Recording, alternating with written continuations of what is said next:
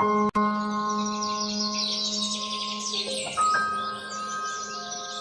छोटे से गांव में बथुआ नाम का आदमी रहता था।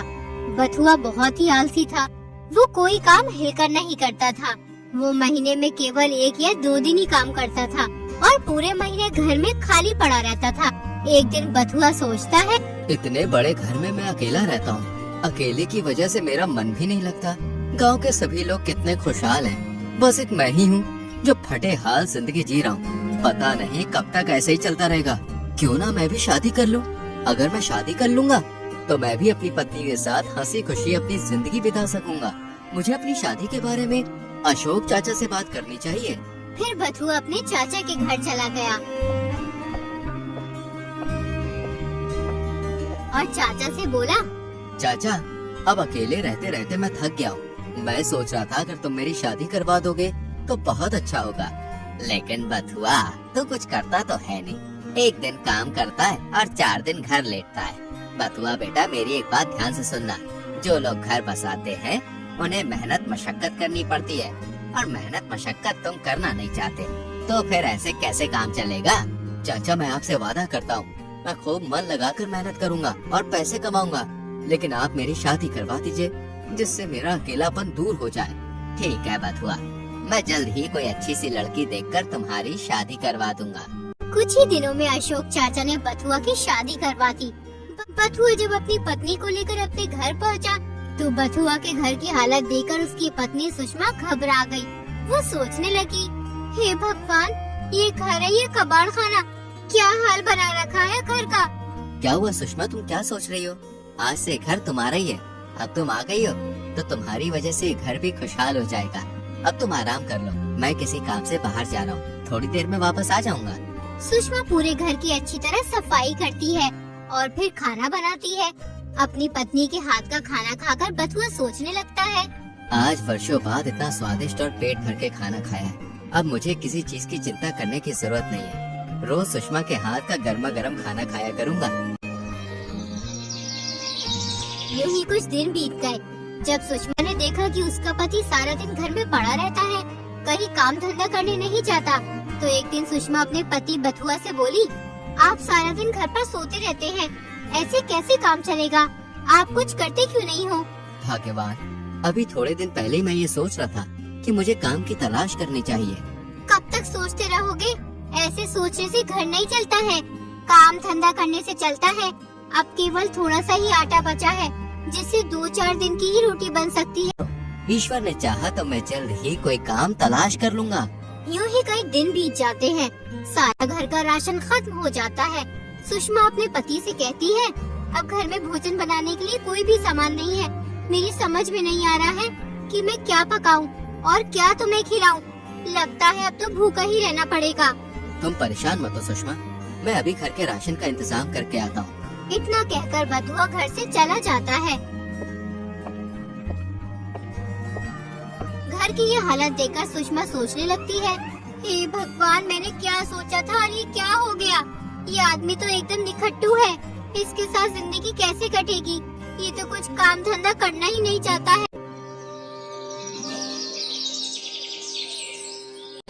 कुछ ही देर में बथुआ सामान से भरे 2 झोले लेकर अपने घर आता है। इतना सारा राशन का सामान देकर सुषमा अपने पति से बोलती है, आपके पास तो 1 भी पैसे नहीं थे, तो फिर आप ये सामान कहाँ से लेकर आए। अरे भाग्यवान, मैं ये सारा सामान अपने दोस्त सुधीर की दुकान से उधार लाया हूँ। जब मैं कोई काम करूँगा तो उसके पैसे लौटा दूंगा। तुम ये उधार लाए हो? किसी का उधार करना अच्छी बात नहीं है। तुम कुछ करते तो हो नहीं, फिर उधार कैसे चुकाओगे। अगर तुमने समय पर उधार नहीं चुकाया तो आज उधार देने वाले कल इज्जत खराब करेंगे, तब क्या होगा। तब की तब देखी जाएगी। मैं मूर्ख नहीं हूँ, हर चीज का पहले से ही इंतजाम करके रखता हूँ। अब जब भी घर का राशन खत्म हो जाता तो बथुआ किसी न किसी से पैसे उधार लेकर घर का राशन ले आता। इस तरह उस पर काफी कर्ज हो गया। लोग अपना पैसा लेने के लिए उसके घर आने लगे। इस सब से परेशान होकर सुषमा अपने मायके चली गई। पत्नी के जाने के बाद बथुआ की हालत पहले जैसी हो गई। एक दिन बथुआ सोचने लगा, जब से सुषमा अपने मायके गई है तब से मेरी हालत पहले जैसी हो गई है। ना तो घर में कुछ खाने को है और ना ही अब कोई उधार देता है। कर्ज वालों की सुबह शाम लाइन लगी रहती है।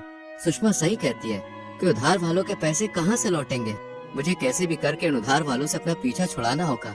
एक काम करता हूँ, अपनी ससुराल चला जाता हूँ। 1-2 महीने वहीं रहूंगा और खूब खा पी कर मौज करूंगा। कर्ज वालों से पीछा छुड़ाने का ये अच्छा तरीका है। ना यहाँ पे रहूंगा और ना ही कर्ज मांगने वाले मुझे परेशान करेंगे।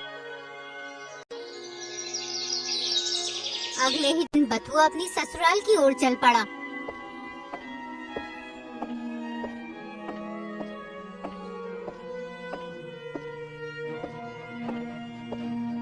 चलते चलते वो बहुत थक गया। पैर में बहुत दर्द होने लगा है। थोड़ी देर इस पेड़ के नीचे आराम कर लेता हूँ, वरना ससुराल पहुँचते पहुँचते तो मैं मर ही जाऊंगा। फिर बथुआ कुछ देर के लिए उस पेड़ के नीचे सो जाता है। कुछ देर आराम करने के बाद वो अपनी ससुराल की ओर चल पड़ा।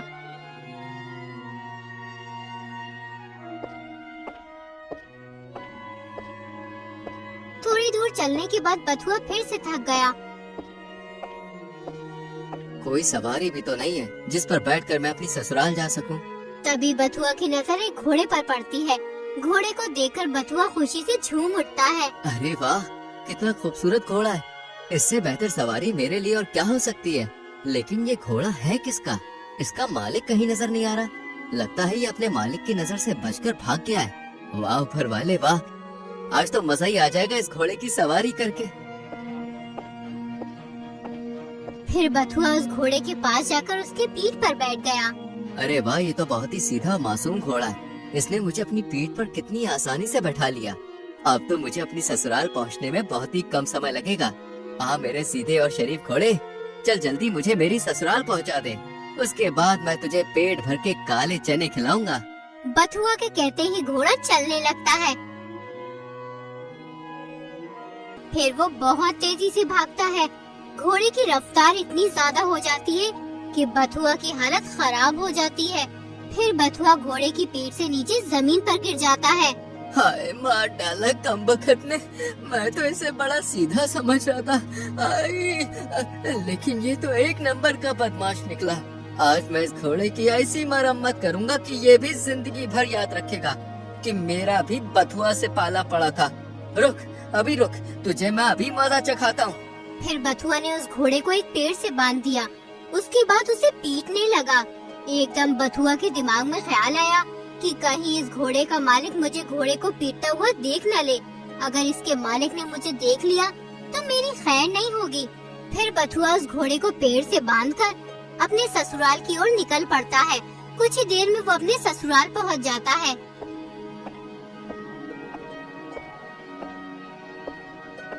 अरे दामाद जी, आप? मैं अभी सुषमा से आपके बारे में ही बात कर रहा था। आपकी उम्र तो बहुत लंबी है।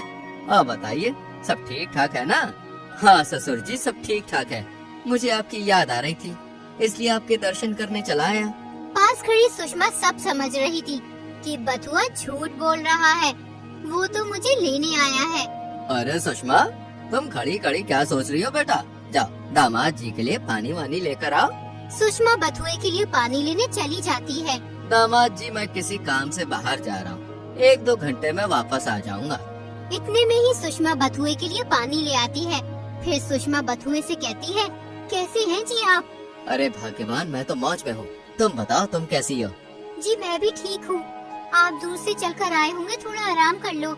मैं आपके लिए नाश्ता लेकर आती हूँ। कुछ ही देर में सुषमा बथुए के लिए मिठाई ले आती है। मिठाइयों की थाली देखकर बथुआ अपनी पत्नी से कहने लगा, अरे भाग्यवान, तुम ये मिठाई क्यों लाई हो? मिठाई खा खा कर तो मेरा जी भर गया है। अब तो मेरा मिठाइयों की तरफ देखने का भी मन नहीं करता। बथुआ की ये बात सुनकर सुषमा सोचने लगी, लगता है अब इनका काम धंधा अच्छा चल रहा है, तभी तो ये मिठाइयाँ खाने से मना कर रहे हैं, वरना ये तो बहुत मिठाई खाते थे। अरे भाग्यवान, क्या सोच रही हो? लाओ, ये मिठाई मुझे दे दो। अब तो मेरे लिए इतने प्यार से मिठाई लाई हो, इसलिए थोड़ी बहुत तो खानी पड़ेगी। जाओ, अब तो मेरे लिए कुछ खाने का इंतजाम करो, मुझे बहुत तेज भूख लगी है। सुषमा बथुआ के लिए खाना बनाने चली जाती है। थोड़ी देर के बाद घर के बाहर शोर मचने लगता है। बथुआ घर से बाहर आकर लोगों से पूछता है, अरे भैया, इतना शोर क्यों मचा रखा है? क्या बात हो गई? दामाद जी, इस आदमी का घोड़ा कहीं भाग गया है।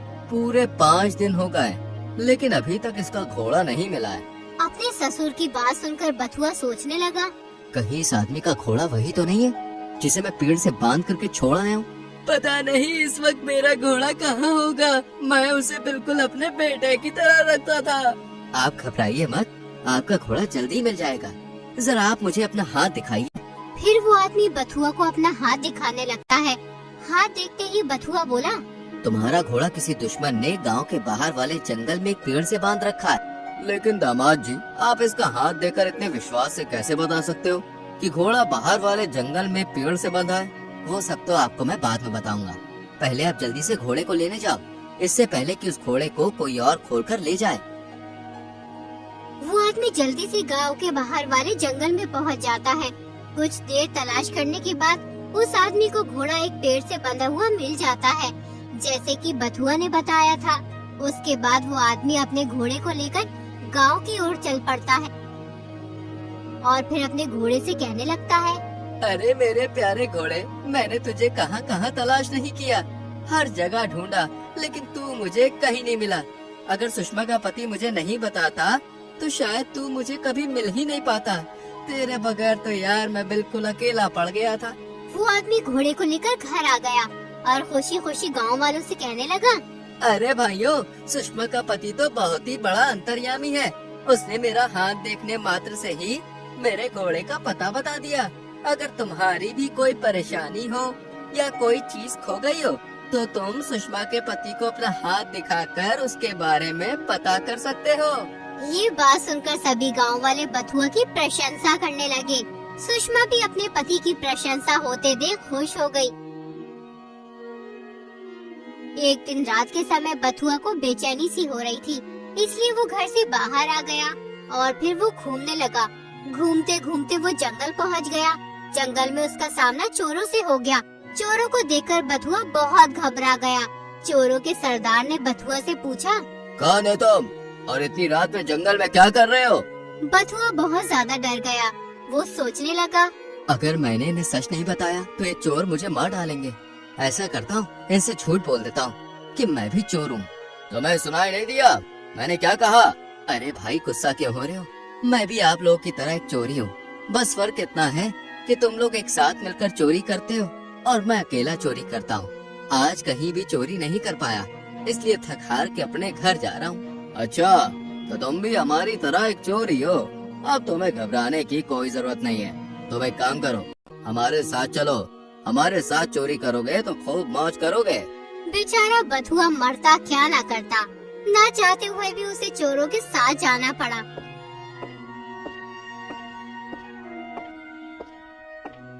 फिर चोरों का सरदार बथुआ से बोला, देखो बथुआ, आज से तुम हमारे साथी हो।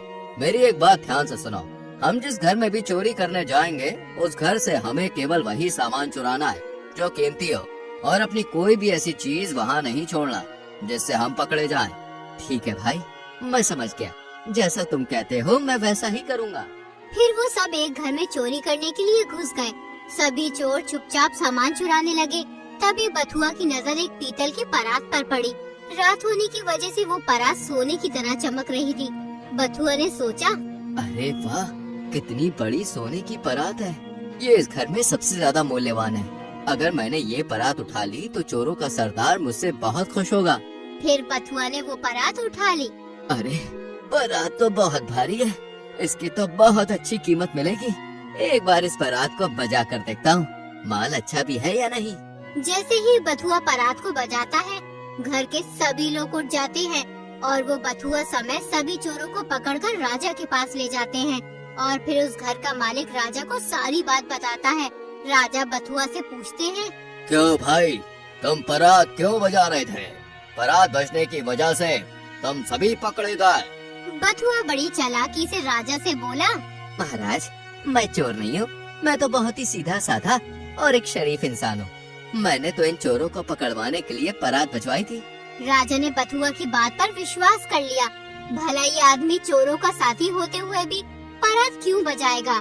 अवश्य ही इसने चोरों को पकड़वाने के लिए ही परात बजाई होगी। फिर राजा बथुआ से बोला, शाबाश नौजवान, हम तुमसे बहुत खुश हुए। तुमने बड़ी ही चतुराई से इन चोरों को पकड़वाया। इस खुशी में तुम्हें 20 सोने के सिक्के इनाम में दिए जाते हैं। बहुत बहुत शुक्रिया महाराज आपका। अब मुझे घर जाने की इजाजत दीजिए। फिर बथुआ 20 सोने के सिक्के लेकर अपने घर आ जाता है। जब बथुआ अपने ससुर को 20 सोने के सिक्के दिखाता है तो उसका ससुर कहता है, अरे दामाद जी, इतने सारे सोने के सिक्के कहाँ से लाए हो? ससुर जी, ये सोने के सिक्के मुझे महाराज ने दिए, क्योंकि मैंने चोरों को पकड़वाया है। इसलिए महाराज ने मुझे ये 20 सोने के सिक्के इनाम में दिए। दामाद जी, हम लोग तो रात से आपको तलाश कर रहे थे। हमने तो समझा था कि दामाद जी बगैर बताए अपने गांव चले गए, लेकिन आपने तो बड़ी ही बहादुरी का काम किया उन चोरों को पकड़वा कर। पूरे गांव में बथुआ की होशियारी की बात फैल जाती है कि सुषमा का पति बहुत ही होशियार है। उसने गांव में चोरी करने वाले चोरों को पकड़वाया है। सुषमा अपने पति की बहादुरी की बात सुनकर सोचने लगती है, मेरी तो मती मारी गई थी, जो इनके बारे में ना जाने क्या क्या सोचती थी कि एक नंबर के निखट्टू हैं, सारा दिन घर में पड़े रहते हैं। लेकिन मैं तो गलत थी, ये तो बहुत ही समझदार और होशियार है। आज के बाद मैं इनके बारे में कभी गलत नहीं सोचूंगी। गांव के बहुत से लोग बथुआ से मिलने आने लगे। बथुआ भाई, आपने तो कमाल कर दिया, लेकिन हमें भी तो बताओ, आपने इन चोरों को पकड़ा कैसे? अरे भाई, ये सब तो मेरी ज्योतिषी विद्या का कमाल है। मुझे तो एक दिन पहले ही पता चल गया था कि गांव में चोरी होने वाली है। फिर मैंने उन चोरों को रंगे हाथ पकड़कर राजा जी के पास ले गया। अब तो पूरे गांव में ये बात और भी ज्यादा फैल गई कि बथुआ एक बड़ा ही ज्योतिषी है। उसके पास हर चीज की मालूमात है। एक दिन अचानक रानी का हार चोरी हो गया। पूरे नगर में चोर की तलाश की गई, लेकिन चोर का कुछ अता पता नहीं चला। फिर राजा मंत्री से बोले, मंत्री, चोर का कुछ पता चला कि नहीं? महाराज, अभी तक उस चोर का पता नहीं चला, लेकिन महाराज, हमारे गांव में एक ऐसा आदमी है जिसे हर चीज का ज्ञान है। वो जरूर हार के बारे में बता सकता है। कौन है वो आदमी जिसके बारे में अभी तक हमें पता नहीं चला? महाराज, आप उसे जानते हो। वो आदमी वही है जिसे आपने चोरों को पकड़वाने की खुशी में 20 सोने के सिक्के इनाम में दिए थे। सैनिकों, जाओ, जितनी जल्दी हो सके उतनी जल्दी बथुआ को हमारे पास लेकर आओ। फिर 2 सैनिक बथुआ को पकड़कर राजा के पास ले आते हैं। फिर महाराज बथुआ से कहते हैं, सुना है कि तुम बहुत बड़े ज्योतिषी हो, तुम्हें हर चीज का ज्ञान है। थोड़ा बहुत जानता हूँ अन्नदाता, ईश्वर की कृपा से। ज्योतिषी बथुआ, तुम वाकई आला सोच वाले आदमी हो। जो लोग अक्लमंद होते हैं वो कभी अपनी सलाहियतों की तारीफ नहीं करते। अब तुम मेरी बात जरा ध्यान से सुनना। रानी का हार कोई चुरा कर ले गया है। तुम्हें हर चीज का ज्ञान है। अब तुम हमें बताओ, रानी का हार कौन चुरा कर ले गया है? तुम्हारे पास कल तक का समय है। कल तक रानी का हार मिल जाना चाहिए, वरना तुम्हारी खैर नहीं। जो हुक्म महाराज, कल तक रानी का हार जरूर मिल जाएगा। इतना कहकर बथुआ अपने घर चला गया और फिर सोचने लगा, अब क्या होगा बथुआ? मैं रानी का हार कहाँ से तलाश करूं? अगर मैंने कल तक महाराज को रानी का हार नहीं दिया तो मुझे सूली पर लटका देंगे। मुझे ये मेरे झूठ बोलने की सजा मिल रही है। अब मैं क्या करूं? हे ईश्वर, मेरी मदद कर। बथुआ ये सोच ही रहा था कि उसके पास उसकी पत्नी सुषमा आ जाती है। वो बथुआ से कहती है, क्या हुआ जी, आप इतने उदास क्यों हैं? और आपको महाराज ने क्यों बुलाया था? महाराज को मुझसे कोई जरूरी काम था, बस इसी सिलसिले में बुलाया था। अच्छा, अब तुम जाओ और मुझे कुछ देर आराम करने दो, मैं बहुत थका हुआ हूँ। फिर बथुआ घर के बाहर चारपाई पर लेट गया। वो पूरी रात सोचता रहा कि कल राजा मुझे मार देगा, इसलिए उसे नींद भी नहीं आ रही थी। तो बथुआ उठकर बैठ गया और खुद से ये बातें करने लगा। हारी निंदिया, सुबह राजा गर्दन काटे तो हारी, इससे पहले राजा तो हारी गर्दन काटे, उससे पहले तू आ जा। बथुआ ये बात खुद से इसलिए कह रहा था कि नींद तुम जल्दी आ जाओ, सुबह तो राजा मेरी गर्दन काट ही देगा। लेकिन बथुआ की ये बात उसके पड़ोस में रहने वाली औरत सुन लेती है। उसका नाम निंदिया था। वो राजमहल में काम करती थी। वो ही रानी का हार चुरा कर लाई थी। बथुआ के मुंह से ये बात सुनकर वो औरत डर जाती है। अरे लगता है बथुआ ज्योतिषी को मेरे बारे में पता चल गया है। अब वो राजा को बता देगा, फिर राजा मुझे और मेरे पति को मार देगा। फिर वो औरत बथुआ के पास पहुंच जाती है और बथुआ से कहती है, अरे मुझे माफ कर दो ज्योतिषी, आप महाराज को मत बताना कि हार मैंने चुराया है। वरना महाराज मुझे और मेरे पति को मार देंगे। मुझे कैसे भी बचा लो, मैं लालच में आ गई थी। ठीक है, मैं राजा को तुम्हारे बारे में नहीं बताऊंगा। जाओ, वो हार मुझे ला कर दो। फिर निंदिया बथुआ को वो हार लाकर दे देती है। अगली सुबह हार लेकर बथुआ राजा के पास पहुंच जाता है और फिर वो हार राजा को दे देता है। रानी का हार देखकर महाराज बहुत खुश होते हैं और वो बथुआ से कहते हैं, बथुआ ज्योतिषी, तुम्हारा जवाब नहीं, वाकई हर चीज का ज्ञान है। हम तुमसे बहुत खुश हैं, इसलिए हम तुम्हें 100 सोने के सिक्के देना चाहते हैं। फिर राजा बथुआ को 100 सोने के सिक्के देकर विदा कर देते हैं। अब बथुआ के पास काफी धन इकट्ठा हो गया था। फिर बथुआ अपनी पत्नी को लेकर अपने गांव चला जाता है और वो अपना सारा कर्ज चुका देता है। उसके बाद बथुआ एक बहुत ही आलीशान घर बनाता है और अपनी पत्नी के साथ खुशी से जीवन बिताता है।